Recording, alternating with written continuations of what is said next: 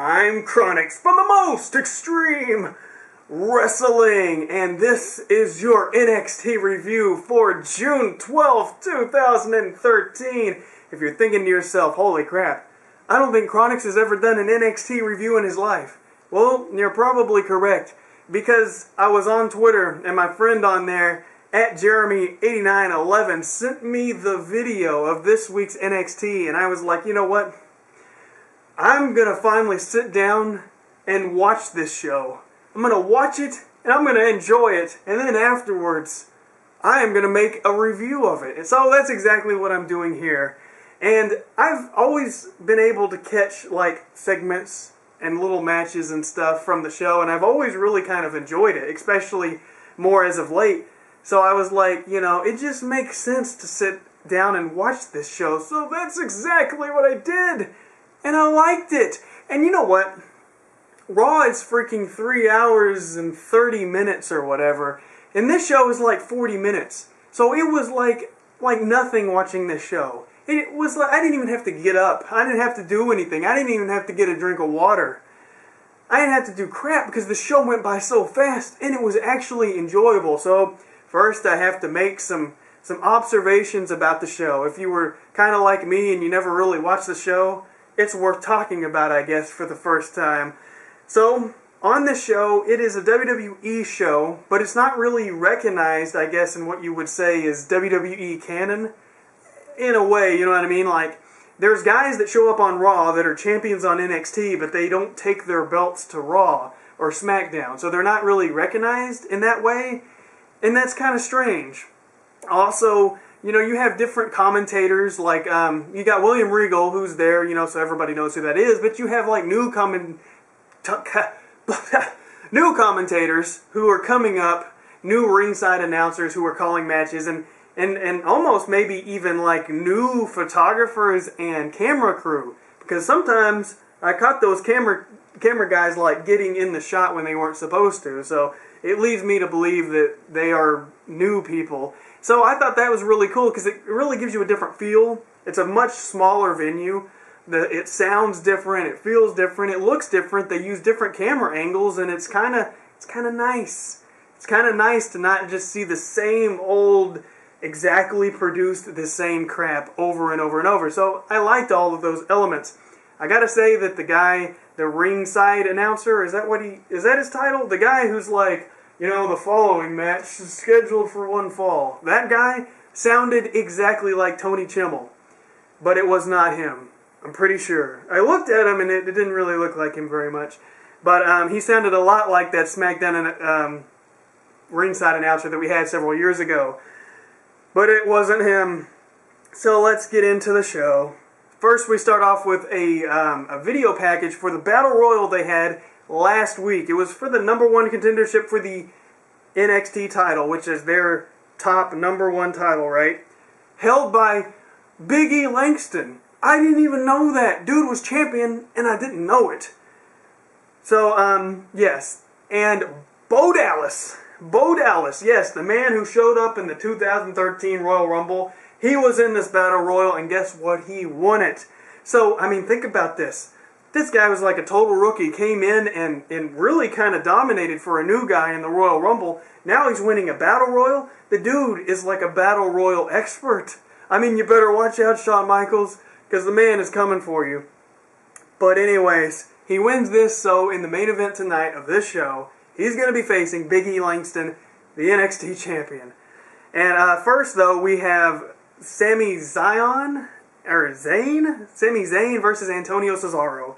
And Zayn, he got beat up, and he got beat up bad by Antonio Cesaro, which was awesome because Cesaro in this match against this guy looked enormous. He was just an enormous dude. He was almost like what they say a Superman. You know, they actually call him the Swiss Superman, which I find to be odd. Because isn't Superman supposed to protect all of Earth? You know, he's supposed to be like a guardian of the whole freaking planet. But you know what? He isn't. He only really cares about Americans. I haven't seen the new Superman movie, but I'm pretty sure that he doesn't save the whole... Well, he might save the world from destruction, but I'm pretty sure my point is that he's not going to go all the way to the Swiss place, Switzerland, and save some guy drowning in a lake. That's all I'm saying. He might save the world, and he might save people in America, but he doesn't really care about some guy, in Puerto Rico or whatever. You know what I'm saying? Do you understand? So, I guess it makes sense why Antonio Cesaro would be the Swiss Superman. Although Antonio Cesaro really doesn't save people or help people, I guess it's just supposed to mean that he's a massive, strong dude. If that's the case, then they're absolutely correct. He is a Swiss Superman. But anyways, so Sami Zayn, he does this flipping dive to the outside, and I was like, whoa, you don't see that too much on Raw and stuff, which is strange because these guys are less trained than guys on Raw, but they're allowed to do crazier moves? Huh? Anyways, yeah, poor old Sami Zayn, I think he loses. I should have wrote it down, but I did not. I think he lost. But anyways, sorry about that. Stupid moment for me. Now we got Travis Taylor and this Corbin guy going to go against these other people, who is Dustin and Dylan, and they have their little, their manager. Yeah, see, we don't have them very often anymore, so I forget what they're called. It's a manager. Their manager that's supposed to be like this entrepreneur foreigner guy, which I thought was kind of a cool gimmick, but also at the same time kind of felt indie, but it's like whatever. I think the guy's got charisma and stuff. For seeing him for the first time, I wasn't completely like, oh, this guy will never make it. I thought that, he was interesting enough. But Dustin and Dylan are from the trailer park, and yeah, they have a match, and I was just like, well, and they won. They won, and that was that. I wasn't too entirely impressed with any of them, really, but, it's like, whatever. I'm sure they will improve with time. But now we have a women's tournament. They're going to crown an NXT Women's Champion at some point. They have the brackets and everything, which, hey, don't think because I said at some point like I didn't care. No, I do care. Because I love tournaments. King of the Ring type stuff, I wish it would come back. Tournaments are great. I don't know why I love tournaments, but I think all wrestling fans do. Because it just really brings in that element of like, oh, I can follow this, and oh, they're beating them and this matters, so if they keep beating people, they will actually get a chance at a championship. So see, it makes sense, and we're like, I can get behind this. So we have this tournament, thank God. And tonight is Bayley, the sweet and innocent Bayley, kind of like the old sweet and innocent AJ, going against Alicia Fox, who is like a tornado in the ring. And I don't mean that in any way good.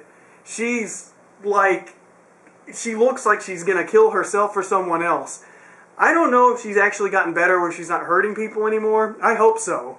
I mean, it could work to her advantage if she could, like, somehow get through the match looking completely, like, all over the place, but still managing not to hurt herself or anyone else. Kind of like Jeff Hardy did back in the day. It can be an attribute because it makes you different, you know what I mean? But I don't know if she's actually not hurting anybody anymore. I haven't been following Alicia Fox's career. But Alicia Fox sadly advances in the tournament. And then I saw on the bracket she was going to be facing Paige. And I thought to myself, boy, when I saw that Paige had signed with WWE and I saw that picture of her, I was like, oh man, that girl is hot. And then, like, I saw her ring gear, and I saw the video package of her in the intro, and I was like, oh man, Paige is smoking. So I was sad I didn't get to see Paige on this show, but apparently she's going to be going against Alicia Fox in another qualifying match, and I was like, yes. Man, that girl, I mean, AJ Lee has been like the hottest diva ever since she signed. And I've been like singing the praises, man. I've been like, once she gets in the ring, she's going to be awesome. And she's like this close to winning the women's championship, the Divas Championship.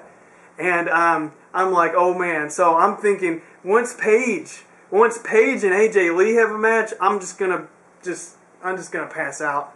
I mean, really. It's too much hotness for Chronics to handle. But anyways, the main event is Big E Langston, the NXT champion, versus Bo Dallas, who won that Battle Royal. Now let me comment on the NXT championship. It's a little ugly. Only because the side plates, I think that it's just like WWE, WWE, WWE, and the way the championship behaves when you fold it over, it's just awkward. It's very cardboard-like. It's not very flexible in some ways, like on the sides. I don't know, just kind of awkward championship, but whatever. Now this is the thing that just exploded my brain. Big E Langston comes out on Raw and SmackDown and goes and makes the big puffy cloud with his hands, right? He's got no pyros. He makes his own pyros. But on NXT in Orlando, Florida, the man comes out and the dude has got pyros coming out of the ground. He gets to the ring, he's got pyros coming out of the ceiling. I'm like, holy crap. The dude gets multiple pyros on NXT, but 0 on Raw? What? But whatever. This match, there was an exposed turnbuckle. Big E Langston was trying to cheat, and it cost him because Bo Dallas took advantage. And this man he beat Big E Langston, and now we have a new NXT champion. So I was just like, whoa, man, the little dude, he won the Battle Royal, and he was so tiny compared to Big E Langston with the pyros and the spectacle and everything, and the puffy cloud. Bo Dallas is the new NXT champion, and I was like, holy crap, I didn't see that coming and stuff. But, I mean, I liked the show. The show was good. So thank you, Jeremy, 8911, for sending me the thing. I liked it. I liked NXT, and I think that I shall continue watching it. It really was better than some episodes in Raw and SmackDown, as you said. I mean, it was pretty entertaining. So that was NXT. If you would like me to continue to do reviews on NXT, please tell me. And if not, well, don't be like that. Don't treat me like that. I'm trying to do my best here. So that was NXT. Thank you for watching.